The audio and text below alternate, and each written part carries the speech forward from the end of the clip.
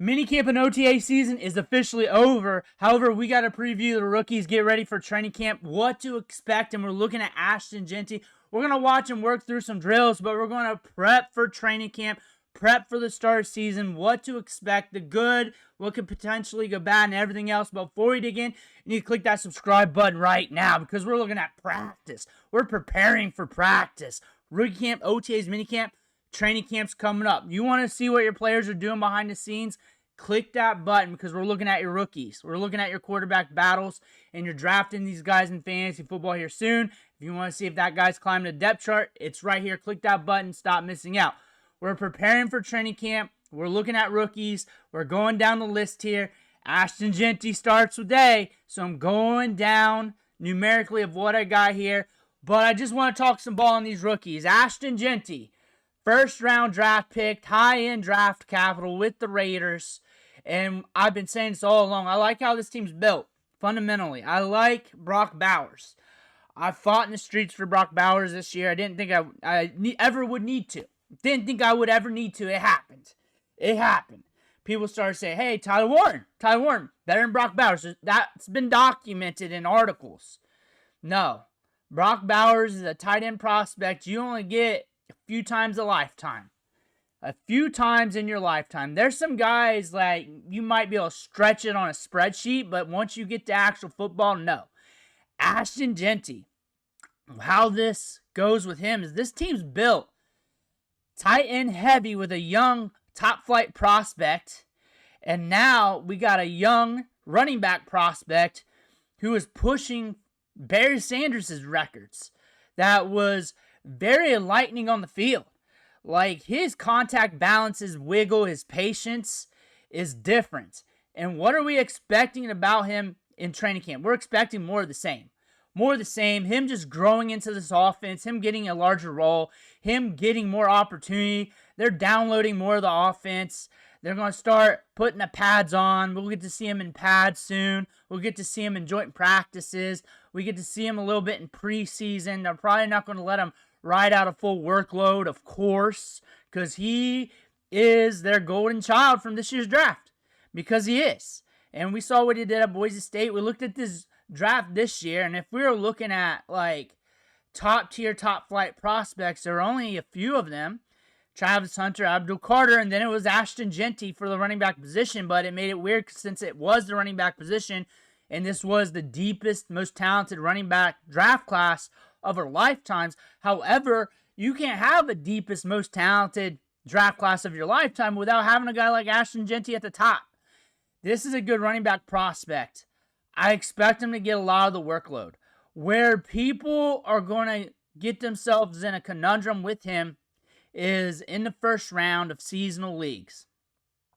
He could pop off early in his career and be a stud. Early. Or it could be week 3, week 6, week 10. Like, that's totally in the cards. The workload's going to be there. Even if he has to share the workload a little bit, they drafted him to be the guy, to be the feature back. You know he's going to get a lot of the workload. You know they're going to use him in that facet.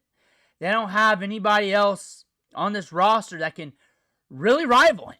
Really rival him when you really look at things clearly. That can really rival him, especially when you look at the backfield from last year. New coaching staff, so they're looking at things probably similar to us. They look at that and they saw the injuries. And they saw everything else from last year. Amir Abdullah had to step up.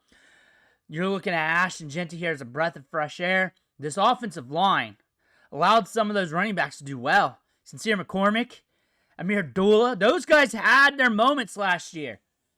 Now, different coaching staff, which should be faster paced, more aggressive on offense, and now you got Ashton Genty here. Now, we saw what he did at Boise State. And behind an offensive line, now with better quarterback play, that allowed Amir Abdullah and Sincere McCormick to do things. So I expect him to do something this year. Now the question is the opportunity costs. Because even Bijan Robinson as a rookie, it was like so-so. And we get that with a lot of the rookies. It's usually like the second or third year.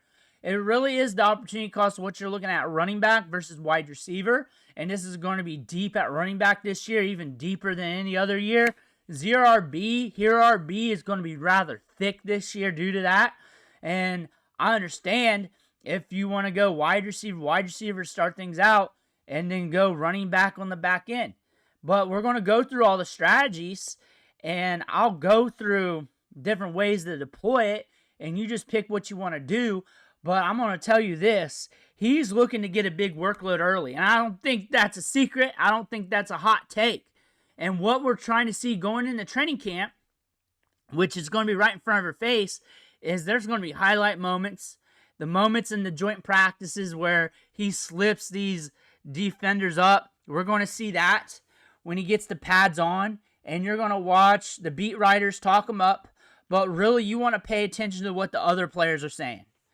That's what you really want to pay attention to. The coaching staff isn't going to say anything negative about him. They're not going to say anything negative. They'll gloss him up, maybe too much or too little, but the other players going against him, especially the opposing teams, hang on those words. Hang on those words. Because if it's a late round pick and the coach brings him up out of nowhere, that's a little something. With a guy like Ashton Jeanty drafted this high, they're going to just give you the gloss. They're not going to give you the meat. The players, the defenders he shook up, the opposing teams that they practice against, when they get interviewed, sometimes it's indirectly. They don't even ask about him and they bring him up. That's the thing. Watch for that. That's something to look for in training camp. I'm expecting him with the pads on to look good. I'm expecting him to look good behind this offensive line, look good with this team. Raiders fans, if you're watching this, because I'm all over the place here talking fantasy, talking football, talking Genty, talking Brock Bowers. I love Brock Bowers in an Ashton Genty video. Get excited. Get excited. Don't be nervous because you drafted a running back high. Get excited about this. Go back and watch his tape from Boise. Go watch that. A lot of people nitpicked his production due to who he was playing against. However, you look at the traits on the field, the vision, the timing, the anticipation, the contact balance, how he's able to spin out. Shoot, go look at the high school tape. You'll see some other things that are totally different that could be implemented in this offense. Him catching balls downfield, him showing sticky hands. And a lot of people look at a prospect profile and just look at what they're doing in college, but also like there's opportunities where they're not used in the same facet just due to how the system is, but you can get some clues. I'll call them clues because it's farther back and it makes sense because it's high school. But clues of what you could potentially see. Like it's in there somewhere.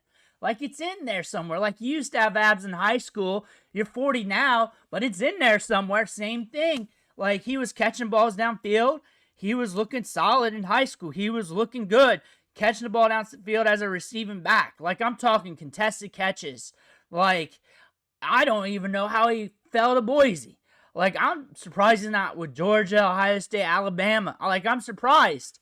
We covered all that. We covered, like, 2 to 5 minutes of all the rookie running backs' highlights from high school. Almost all of them. Like, about 15 of them. All the top ones for sure. Looking at them. And just going over that high school tape. And I cover high school recruiting. Like, it was there. So, it's like you got a running back prospect that just went wire to wire, looking great and getting better and being a top tier. And the one thing about him, he's big, thick, compact, but it's that vision. It's that ability to put defenders on skates, reading momentum of the players around him. That is something you're not going to get from every running back. And this is an offensive line, a system. It's a different system, but still the players make everything that is proven to allow jabroni running backs. I'm not trying to be disrespectful to them because I had fun talking about them last year.